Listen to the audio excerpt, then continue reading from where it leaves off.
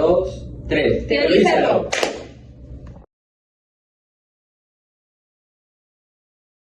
Muy buenos días, me presento, mi nombre es Dana Sánchez. Ángel Fernández. Oscar Genel, Anet Colores y Beth Aguirre. Liam Soto. Y vamos a hablarles acerca de un extracto del debate sobre el Leviatán, básicamente con lo que sería el Estado. A continuación tendremos algunas preguntas que el equipo estará contestando y la idea es que se pueda entender nuestro punto de vista, pero a la vez lo que hemos aprendido del libro que viene de Thomas Hobbes. Para comenzar es muy importante comprender un poco sobre quién fue Thomas Hobbes y su importancia en la sociedad. Thomas Hobbes era una persona que le encantaba, le maravillaba mucho la corona inglesa, tal cual toda la idea de una monarquía. Pero él fue uno de los máximos exponentes del empirismo. Él lo que veía es que la monarquía estaba en decadencia. ¿Por qué? Porque veía que en el transcurso de los años esa comunicación, como explicó la profesora, en un solo sentido no estaba funcionando y pues tal cual que pasó con las monarquías en el mundo, pues surgieron revoluciones. Para que no pasara eso en la corona inglesa, lo que hizo fue tal cual idealizar y tratar de comprender cómo funcionaba el poder.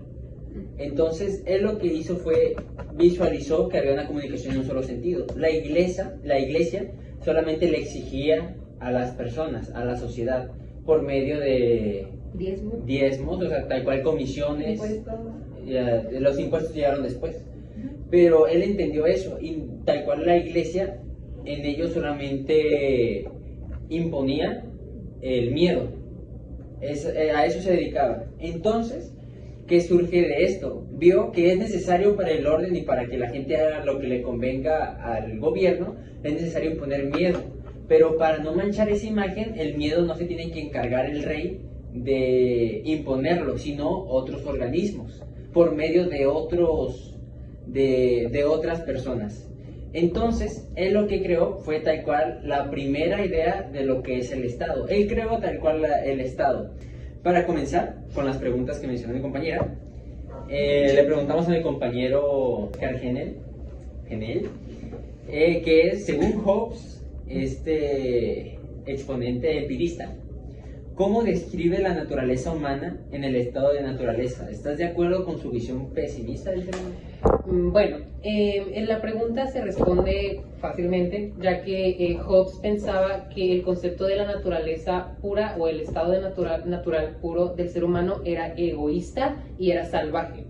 Ahí les va por qué.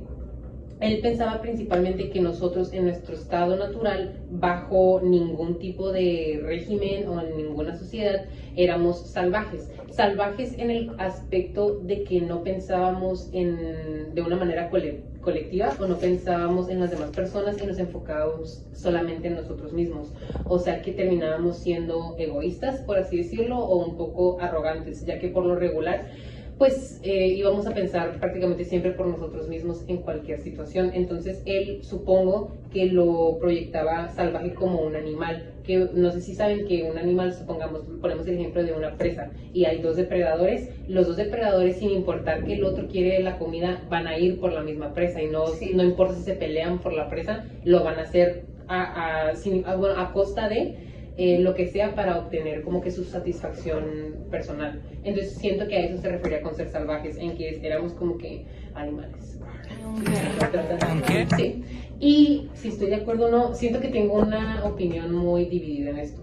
Por un punto, o por una parte, entiendo el punto de vista y como que lo comparto un poco, ya que sí puedo llegar a pensar que si las personas no cuentan con un tipo de régimen o algo que deben de seguir, pues va a haber como que mucho caos y pues las personas más que nada van a destruirse unas a otras. Pero no considero que todas las personas somos salvajes por naturaleza.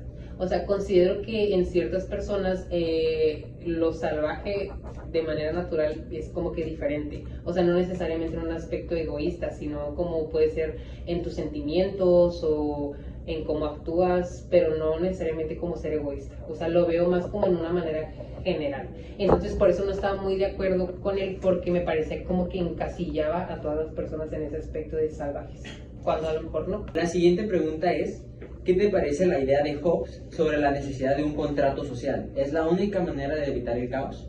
Esta pregunta va para mí, que yo sí, como te decía, miraba mucho que habían personas que las personas no necesariamente necesitaban de una sociedad, pero yo vi que sí. ¿Por qué? Porque en su teoría tal cual marca que el hombre sin la sociedad es salvaje. Yo malamente en el salón di un ejemplo de que es primitivo, pero es muy independiente del concepto de salvajismo, pero tal cual sí depende mucho de... sí necesita mucho el contrato social, porque sin él entraríamos en ese caos, como él bien lo menciona. Necesitamos un pacto que nos rija tal cual nuestro comportamiento, tal cual lo que queremos hacer y lo que queremos hacer con el otro. Yo siento que es fundamental, y el ser humano sin eso entraría en, como mencioné, en total caos. ¿Es la única manera de evitar el caos? Yo mencioné que sí. Es la única manera, por lo mismo que les acabo de mencionar. Sin una sociedad estaríamos en caos, y en sociedad nos regiríamos en códigos morales necesarios para el progreso de una sociedad y para que funcionemos todos. La pregunta número 3 nos menciona: Hobbes argumenta que un soberano con poder absoluto es necesario para mantener la paz y el orden. ¿Crees que el poder absoluto puede ser justificado? ¿Qué peligros puede tener? Esa pregunta va para mi compañera Dana. Yo estoy de acuerdo. Aquí les va. ¿Por qué? Ok, en parte no es un poder absoluto como tal, pero si lo estuviéramos viendo en una escala piramidal, sí es necesario que alguien tenga que al final tomar las decisiones importantes y esas responsabilidades, ¿no? De dirigir la visión hacia dónde va el grupo de personas.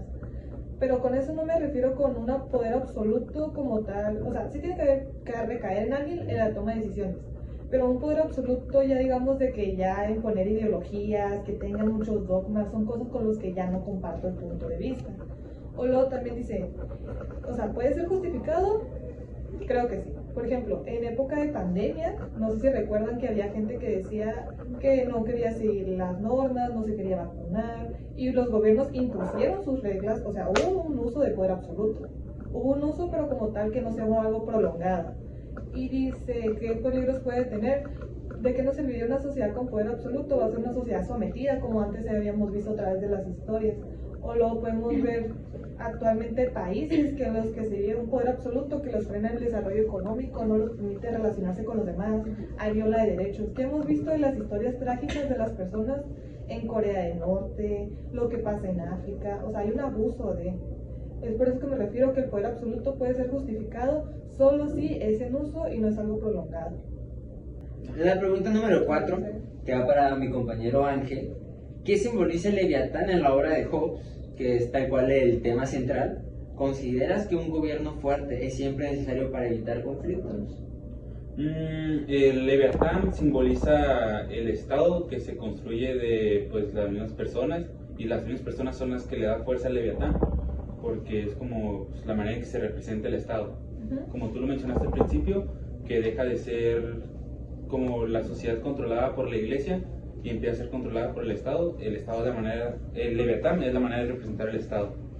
Y sobre que considero que si un gobierno fuerte es siempre necesario para evitar conflictos, en mi opinión, yo opino que sí, ya que le da fortaleza a la sociedad el hecho de que sea rígido ese gobierno, de que no tenga como tanto quiebre, evitar estos conflictos base a la fuerza que tiene ese gobierno. No sé si ustedes tengan opiniones diferentes con respecto a esto. La pregunta 5 va para mi compañera Iveda Aguirre. ¿Qué opinas sobre la propuesta de Hobbes de una república eclesiástica y civil? ¿Cómo ves la relación entre la religión y el gobierno en su teoría? Bueno, en su época, en su tiempo, lo veo bien, porque lo que quería Hobbes es que la iglesia se juntara con el gobierno para que la iglesia mantuviera un orden y como que educar a las personas para que sean más obedientes hacia el Estado. y que sean pues más tranquilos y no hagan mucho desorden por querer entrar a la política o querer tener un mando en la política. Y ahorita actualmente yo no opino lo mismo, que se junte la iglesia con el Estado, porque ya son opiniones muy distintas, ya están muy separados, porque en ese tiempo la gente dejó de creer en la iglesia porque no veían una respuesta, lo dijeron al inicio, que quería la gente que a alguien les diera algo, o sea, les llevaban el diezmo, ofrendas y todo lo que tú quieras, pero no obtenían algo, decían, si Dios lo permite, si Dios quiere, te lo va a dar. Y pues decían, Dios no quiere, no me lo está dando, pues me voy hacia el Estado. Y ahí fue cuando el Estado dijo, bueno, te juntas con nosotros para que, por así decirlo, me amanses a la gente y que no quieran como que resaltar sobre mí para que yo les esté pagando todo. Porque si van con el Estado a decirles, oye, pues ayúdame a que mi trabajo crezca, que mi ganadería también produzca.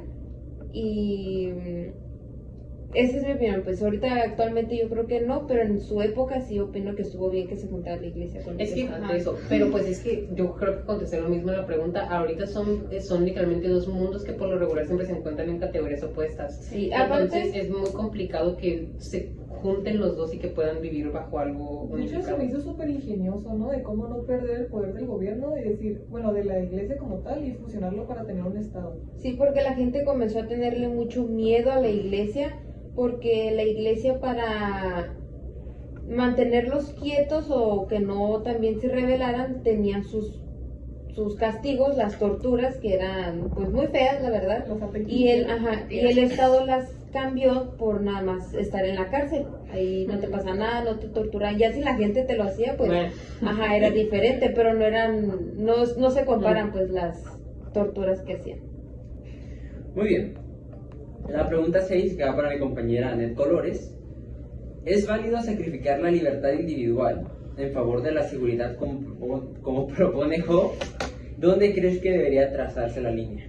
Siento que sacrificar tu libertad por tener asegurado cierta protección no me parece bien, porque a pesar de que tienes sí protección, las personas, si cuentan con que tú les des tu libertad, a fin de cuentas están decidiendo qué hacer contigo y están decidiendo pues tus pensamientos. O sea, no tienes la libertad para hacer lo que tú quieras, sino que ellos se las estás dando, nada más por un poquito de protección, ¿saben cómo?